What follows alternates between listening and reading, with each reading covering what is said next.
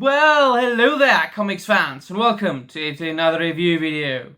Now, finally, Three Jokers Book 3 just came out, and I've just finished it. I've just read it digitally, because I come from the Czech Republic. I can't get my physical single issues right when they come out. I don't have any comic book store near me, so that's why it's just me not holding any physical comic book issue. Nevertheless, I'm not going to spoil anything in this review. I want everybody to enjoy this fantastic book for themselves. Now, being Jason Fabok's fantastic and fabulous art being put aside for a moment, I will just quickly sum up what happened in book 1 and book 2, and then we will get to book 3. Now, apparently, there isn't just one Joker, right? The name says it all. Bruce Wayne, Barbara Gordon, and Jason Todd are solving the mystery of the fact that apparently there have always been more Jokers than just one. And the three Jokers in question here are called the Criminal, the Comedian, and the Clown. The criminal apparently is the Golden Age Joker, the oldest of the Jokers, also the most serious of the Jokers, whose main goal is really to defeat Batman and to be his greatest enemy. Now, the second Joker is that Joker who killed Jason Todd in a death in the family in the 1990s. And the third Joker is that Joker who crippled Barbara Gordon in The Killing Joke, Alan Moore's Killing Joke. And so we get to know that these three Jokers are looking for another Joker, by which I mean they want to create a new Joker, the perfect Joker, that would be the ultimate villain, the ultimate enemy, the ultimate arch nemesis for the character of Batman. And in the latest issue, or in the two previous issues, it just so happened that Barbara and Jason Todd both were very much haunted by their experience with the Jokers, their respective Jokers, right? Nobody can blame them really, since Barbara Gordon was crippled for a long time. She became the Oracle for quite some time, and Jason Todd, well, he got beaten up to a pulp with a crowbar. So, yeah, not a very pleasant experience either. This experience, of course, made him a lot more violent than your generic Batmanish superhero. He kills people, to put it simply. So he murders one of the Jokers, his own respective Joker. He shoots him in the head and blows his brains out. And, of course, this troubles the other characters, Barbara and Bruce. But they still choose to continue solving the crime and looking for the three Jokers, along with Jason Todd. Now, it is important to mention that the book is, and has been, all these three books are fantastic in that they are old school Batman stories, and that I appreciate the most about them. Batman and the Joker are the main characters there. Batman is the protagonist, Joker is the antagonist. There are two other main characters, and that's Jason Todd and Barbara Gordon, as I said, but by no means is Batman being put aside or being ordered about and around by the other characters, as has been for a long time in the contemporary SJW comic books, such as in Tom King's Batman. Batman was a useless prick, a useless cuck who was bossed around by Catwoman. In the Detective Comics, he was bossed around by Batwoman. So Batman hasn't been himself for a long time, until Jeff Johns came. Thank all the gods. Jeff Johns can save everything. Jeff Johns can write everything. Jeff Johns just is, in my opinion, he is the best contemporary comic book writer. In my honest opinion, He doesn't need to reach into all the socio-political SJW bullshit. He doesn't need to drag the unnecessary inclusion and representation into his comic books.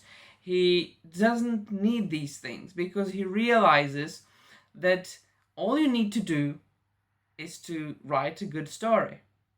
That's all you need for a good comic book. And, well, there's one more thing, and that's good art, but that has been taken care of by the fantastic and amazing Jason Fabok, whose art in this particular book just slightly resembles, or I would say just pays a slight homage to Brian Boland. But otherwise, it's a genuine Jason Fabok himself. The coloring is fantastic as well, and the panel layout, we've got a lot of the typical Alan Moore-ish grids, like 6 or 3, so 9-page grids and things like that, which I do appreciate. So the book was by no means an imitation of anything, but it paid a lot of homages to the previous books that came out and a long time ago and that have become cult classics. And the story, I have said many times before that the market has been over-jokerized. There have been just maybe too many comic books about the Joker lately and Harley Quinn. This being said, this one, The Three Jokers, I enjoyed thoroughly because it brought something new to the table, but at the same time it stayed conservative enough for me to love it. And the resolution, the ending, oh boy, that was... I don't know if this comic book is a part of the main continuity of DC Comics, but who cares at this point? DC Comics is going to hell. Like, there's going to be no DC Comics in 2 years, so who the fuck cares? And besides, everybody makes his or her own canon. So, I think this is a canon as much as Killing Joke is canon, as far as Joker's identity goes. Well, actually, when I think about it, I might have spoiled something right here. Well, I'm not going to go any further. I'm just going to say a couple of minor teensy spoilers and then I'm going to finish this video. So just stop listening for like half a minute and then you can continue. Oh, what are you doing here if you haven't read the book? Go get the fuck away and read the book. It's fantastic, and then come back. So apparently we get to know that originally there was just one Joker and then he created the two other Jokers. But Jeff Johns wrote it so masterfully that in the end we don't really know who the original Joker was. First it appears that it was the criminal, it was the Golden Age Joker, but then the comedian? Barbara Gordon Joker, he says something that really makes us question it, right? So, and the fact that they wanted to make Joe Chill the next Joker, that was a tremendous idea. And the final resolution of all this, I mean, I don't know if I want to consider it a part of the continuity or not, because I do love Joker being this mysterious, chaotic villain that we shouldn't know anything about, or that I'm really not sure about, whose origins is really uncertain, and it is up to everybody to decide their own version and canon. This being said, I love the ending. I love what Jeff Johns did with the character. I love what Jeff Johns did with that. I don't know what Alan Moore would say. I know he hates when his books are tampering with. I also don't like when old books are being milked all over and over again. But as I said, in the end, I do not necessarily consider this to be like the huge canon. Because if you think about it, DC Comics is full of stories full of standalone stories that were written by awesome writers, drawn by awesome artists that could really, as I said, stand by their own and be their own stories. Consider them Batman legends. As if somebody told you folk tales about Batman. They might be true, they don't have to be true necessarily. It's the same as with The Dark Knight Returns, The Killing Joke, more recently with Batman Damned. So I love Batman, standalone Batman stories the most of all. Very well written, dark, gothic detective stories about the character of Batman that you can read in one sitting and then ponder and think about them for quite some time. And, not having to be worried about the continuity or what came first.